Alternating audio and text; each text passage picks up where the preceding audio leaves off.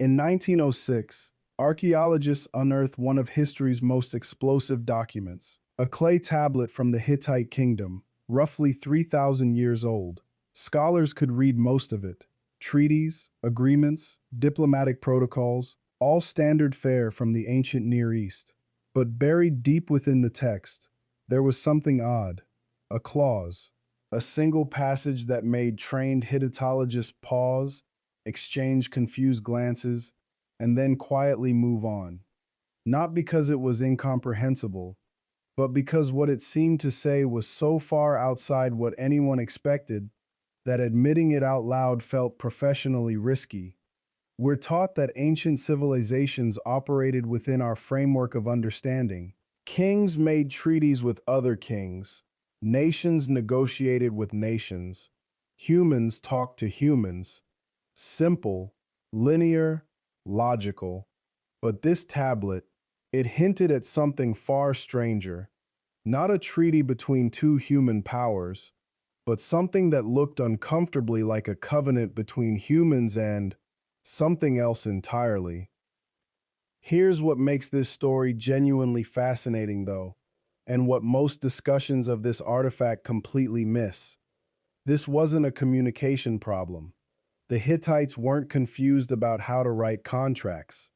They weren't primitive in their diplomacy or their language.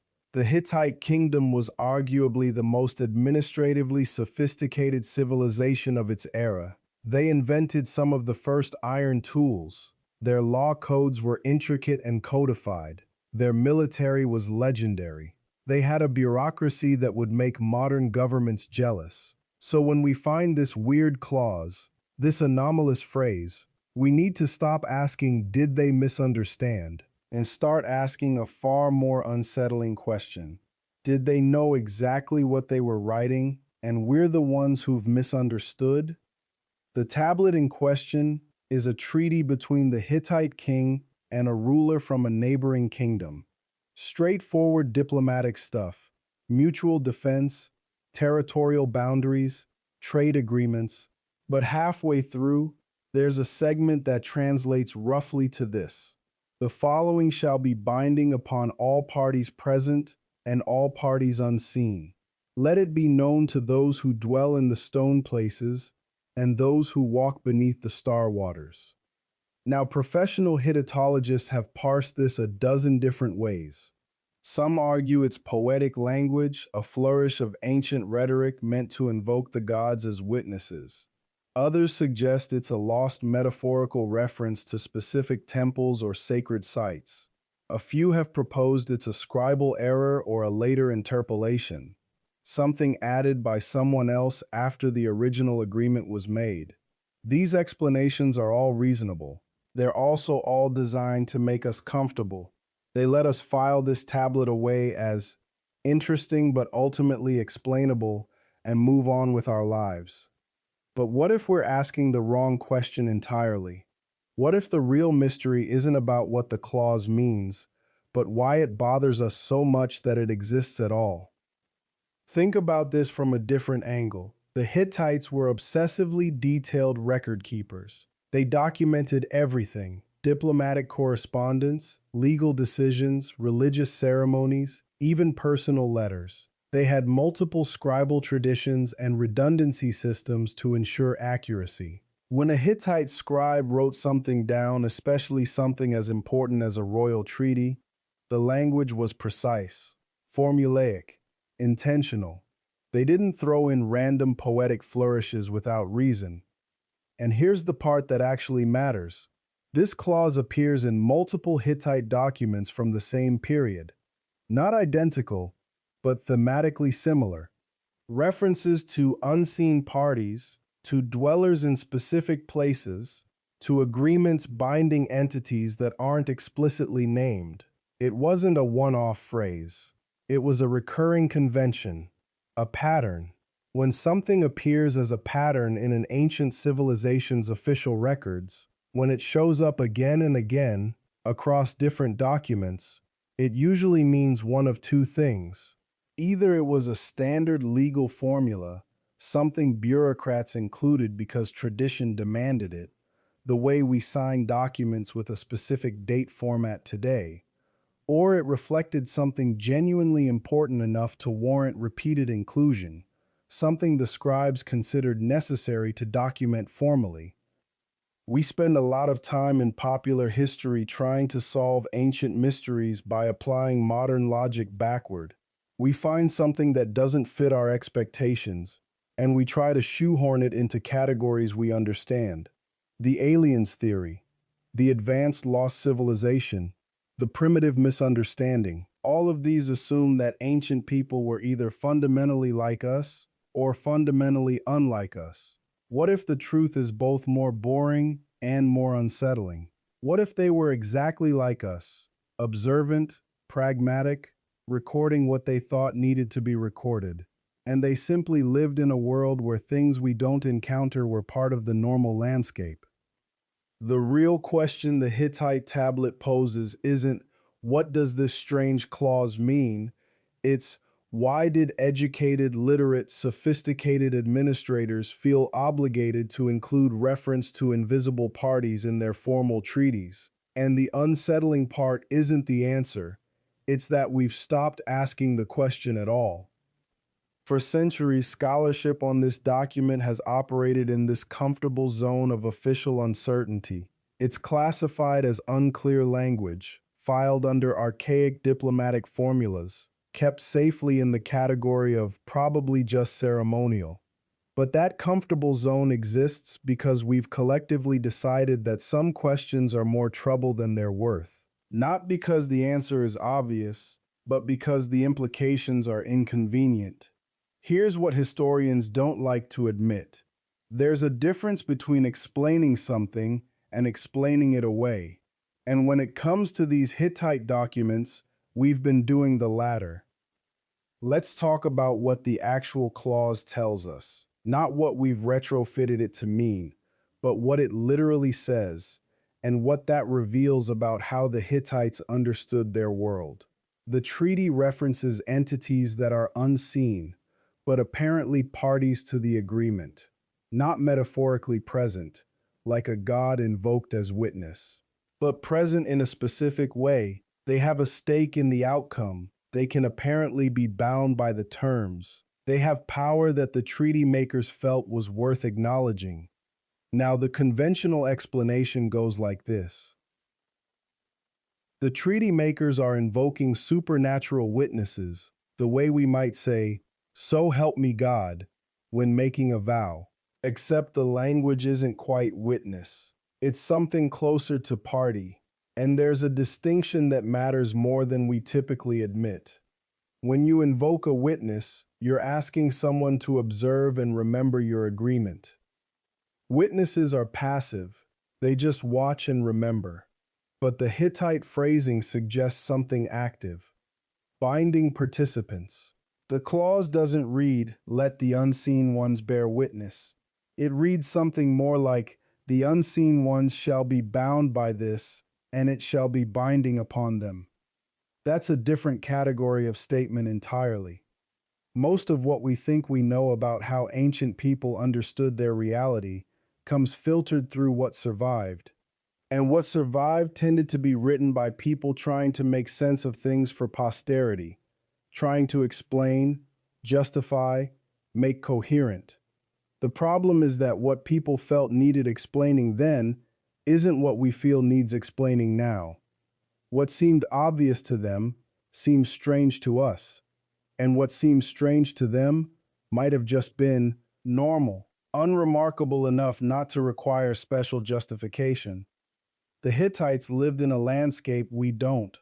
Geographically, yes, they lived in what's now Turkey, in specific valleys and plateaus with particular topography. But the question is whether that's the only kind of landscape that mattered. Here's something that doesn't get discussed much in popular history.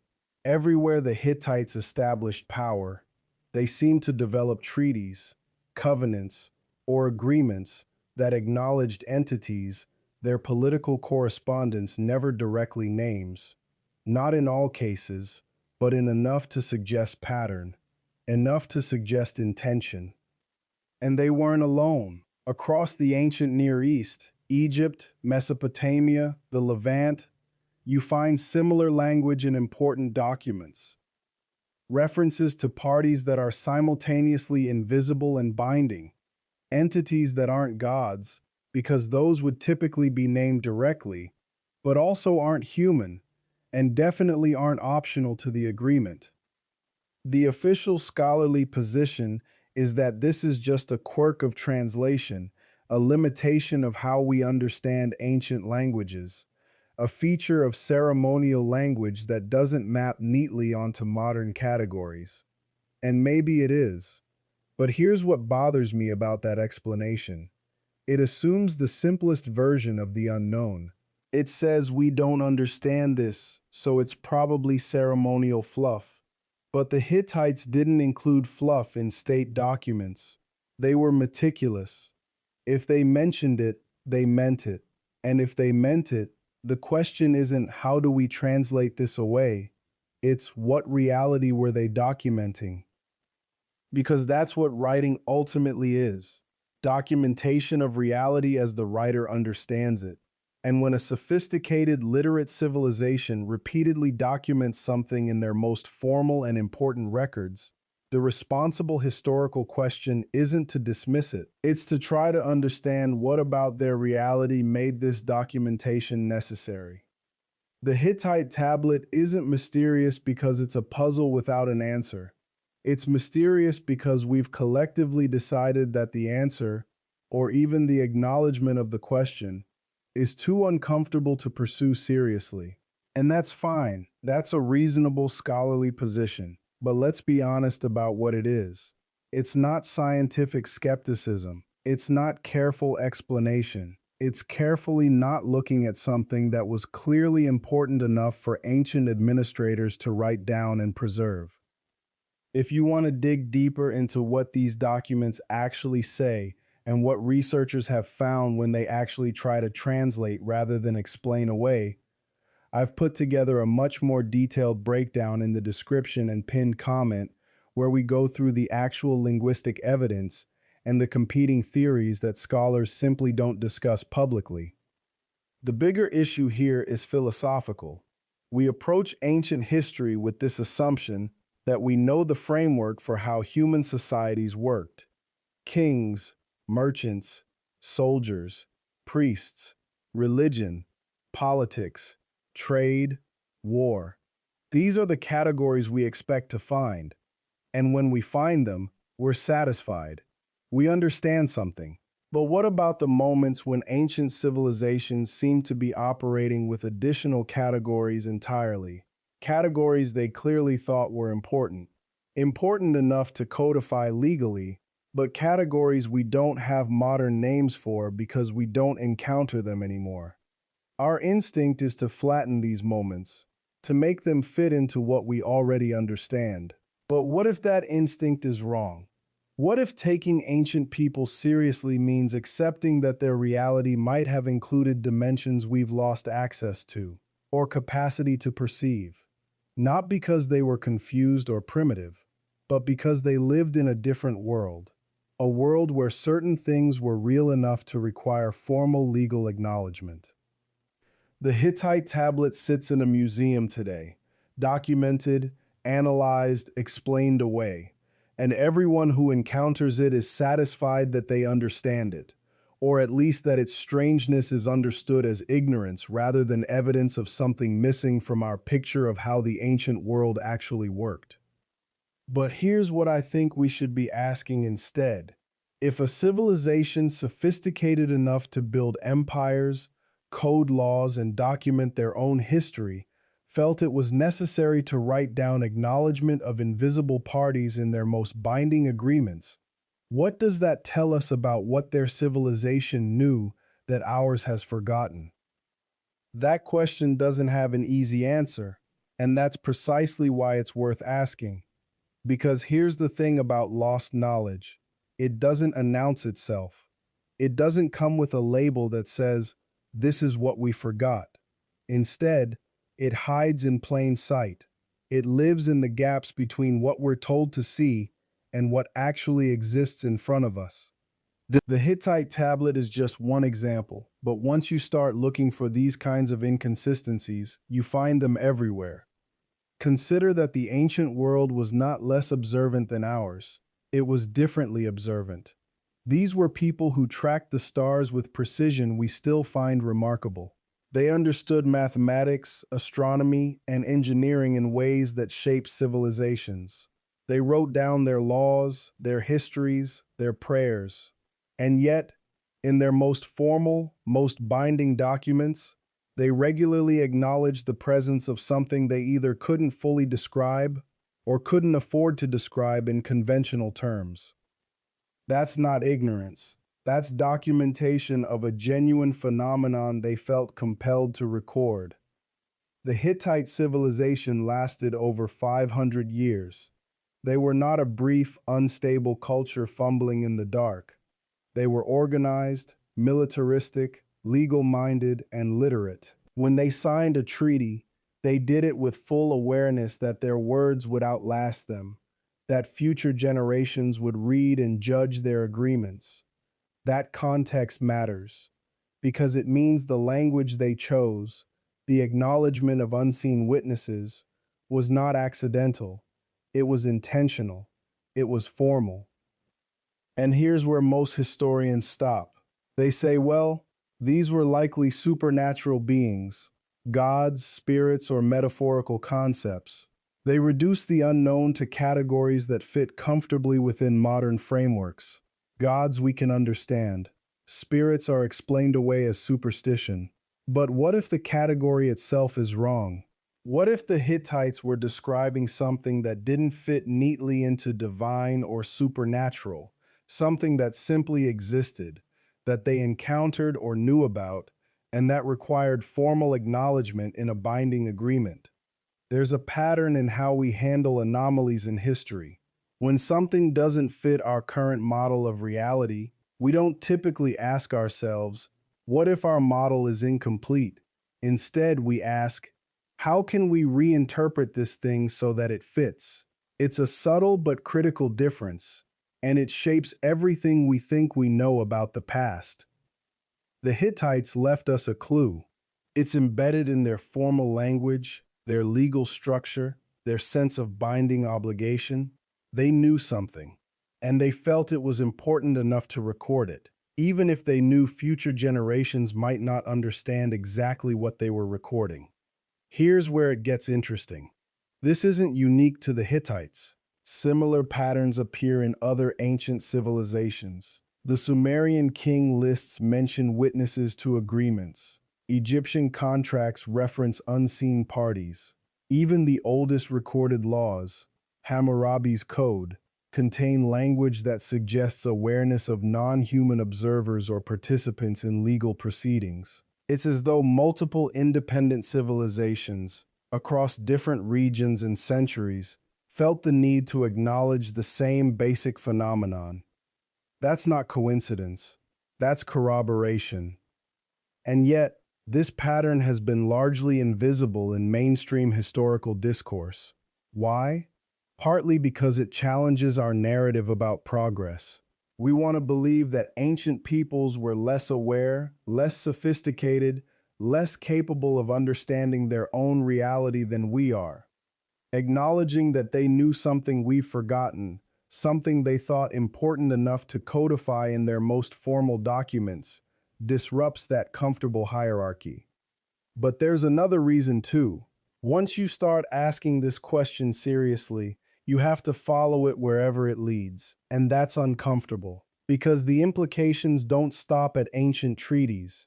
They spread backward into archaeology, into anthropology, into how we understand human history itself. The Hittite tablet is remarkable precisely because it sits at the intersection of precision and mystery. It's written in a language we can translate. It follows a legal format we can recognize. But at its core, it contains an acknowledgement that resists straightforward interpretation. And rather than accept that resistance as meaningful, most scholars have simply explained it away. I think that's a mistake. Because history is not a finished story. It's a conversation between past and present. And when the past leaves us a gap, a moment where the text says something that doesn't fit our current categories, that's not a bug in the archaeological record. That's a feature. That's the past asking us a question. The question the Hittites asked, embedded in their formal treaty language, is this: what exists that we cannot fully see? And how do we acknowledge its presence in our most binding commitments? That question deserves better than dismissal. It deserves investigation. And that investigation can't stop with ancient tablets. Because if we're willing to admit that the Hittites knew something about the nature of reality that we've somehow lost track of, or at least that we've decided to ignore, then we have to ask what other pieces of lost knowledge are hiding in plain sight around us.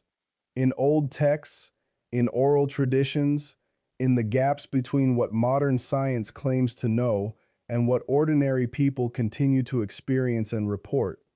Now, if you want to dive much deeper into what the ancient sources actually say about these witnesses and what we might reconstruct about why they mattered so much, I've put together a detailed analysis in the pinned comment and description below. It goes into the specific language, the cultural context, and what some researchers have started to suggest about what the Hittites might have actually been referring to. But for now, let's sit with this idea. The ancient world was not populated by people who were less aware of reality than we are. They were differently aware. They were tracking things, acknowledging things, documenting things that mattered to them in their most solemn moments. And somewhere along the line, in the shift from oral tradition to written record, from written record to academic analysis, from analysis to dismissal, we stopped taking that awareness seriously. The Hittite tablet suggests that was a mistake, because what they were trying to tell us, encoded in their careful legal language, was that reality is more complex, more populated, and more populated by unseen participants than our current models typically allow for. And that insight, that simple, startling insight, is worth preserving, worth questioning, worth returning to again and again until we understand not just what the Hittites were saying, but why they felt it necessary to say it at all. And that insight, that simple, startling insight, is worth preserving, worth questioning, worth returning to again and again until we understand not just what the Hittites were saying, but why they felt it necessary to say it at all.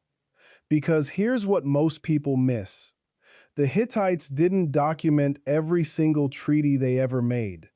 They were selective. They chose which agreements mattered enough to carve into stone or bake into clay.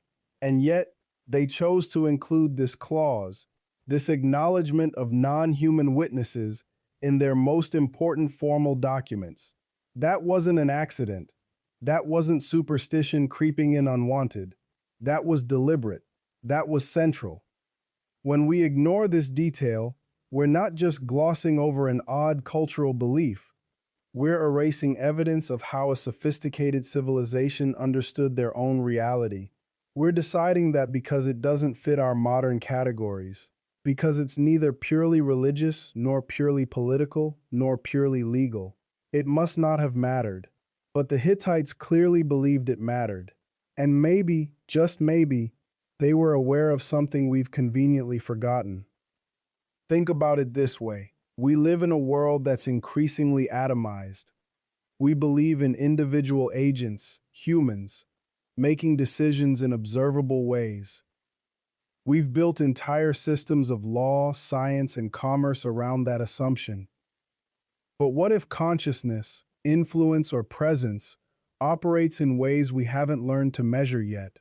What if the Hittites, in their particular moment in history, maintained an awareness that we've trained ourselves to lose? This isn't about believing in ghosts or invoking mysticism. It's about intellectual humility. It's about recognizing that our current framework for understanding reality is just one framework, a powerful one, certainly, but not the final one. The Hittites understood something about the structure of reality that was important enough to encode into law, and we've been ignoring it for thousands of years. The deeper question beneath all of this is simple. What else are we not seeing? What other documents have we dismissed as merely ceremonial when they were actually recording essential truths? What other civilizations have tried to tell us something we weren't listening for? And here's something worth sitting with. The Hittites had no reason to lie about this. If anything, they had reason to hide it. Treaties were political documents meant to establish legitimacy and enforce compliance. Adding a reference to unseen witnesses could have weakened their position, made them look superstitious to rival kingdoms.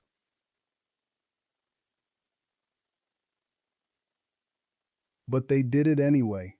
They did it consistently. They did it in their most formal, most legally binding documents.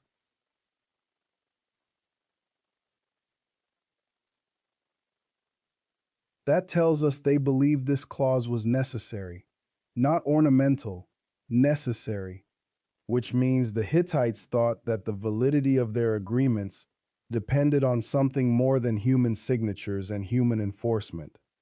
They thought it required acknowledgement of something else in the room, something that was always present, always watching, always part of the equation.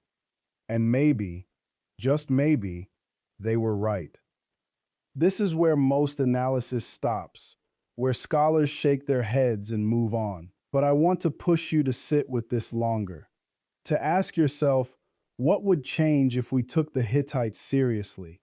What if we began to notice in our own documents, our own lives, our own moments of agreement and commitment, that we too are always in the presence of something larger than ourselves? It doesn't require abandoning reason or science. It requires something much simpler, actually paying attention to what historical evidence is telling us, rather than deciding in advance what we're willing to hear. It requires intellectual honesty. It requires curiosity that's willing to be unsettled. Now, if you want to dive much deeper into this, into the actual linguistic analysis of the Hittite clauses, the comparative evidence from other ancient cultures, and the philosophical implications of what the Hittites might have understood, I've put together a full resource breakdown in the description and pinned it in the comments. It goes into the specific translations, the historical context you need, and the questions that scholars are still wrestling with. The reason I'm mentioning this is because once you start looking at this Hittite evidence through this lens, through the lens of a civilization acknowledging non-human presences in their most binding agreements, you start to notice the pattern everywhere. In other ancient texts, in mythology, in the careful language of religious documents, in moments where different civilizations all seem to be saying something similar, something we've collectively dismissed. And that's when things get really interesting, because it suggests this wasn't isolated superstition. It was something broader, something that multiple independent civilizations, separated by geography and time, all felt compelled to document and formalize. The implications ripple outward. If you accept that the Hittites were documenting something real, even if we don't yet have a framework to explain what, then you have to ask, what does this mean for how we approach reality itself? For how we conduct our own affairs? For what we acknowledge in our own agreements and commitments? We don't speak these acknowledgments anymore. We don't formally recognize that something larger than us is present in our most binding moments. We've stripped our language of that, and maybe that's cost us something we don't fully understand yet. A sense that our promises matter to something beyond ourselves, that we're never truly alone when we commit to something. The Hittites seem to understand that accountability requires witnesses beyond the immediate parties involved, not just observers, but something else, something present in the space itself, something that transcends the merely human, and they thought that mattered enough to put in writing. So here's my challenge to you. Don't dismiss this as ancient superstition. Sit with it. Ask yourself what reality would have to look like for the Hittites to be right. And then look at your own life, your own agreements, your own moments where you've committed to something or someone. Did you feel in those moments like you were the only ones in the room? Or did you feel, even if you couldn't articulate it, like something else was present and watching? The Hittite tablet isn't just a historical curiosity. It's an invitation to think differently about reality, to question the assumptions we've inherited about what can and can't exist, to take seriously the possibility that our ancestors might have known something we've forgotten. And if you're ready to explore this further, if you want the deeper dives, the scholarly sources, the unanswered questions that historians and linguists are still debating, check the description for that full resource guide and the pinned comment. It'll give you everything you need to continue this investigation on your own. Thank you so much for joining me on this journey into what the Hittites were really trying to tell us. I know this topic challenges how we usually think about ancient history, about evidence, about reality itself, and that's exactly why it matters. If you found this perspective shift as fascinating as I do, please like this video, subscribe to the channel, and hit that notification bell so you never miss when we explore the next idea that textbooks left out. The most interesting stories are the ones nobody's finished telling yet.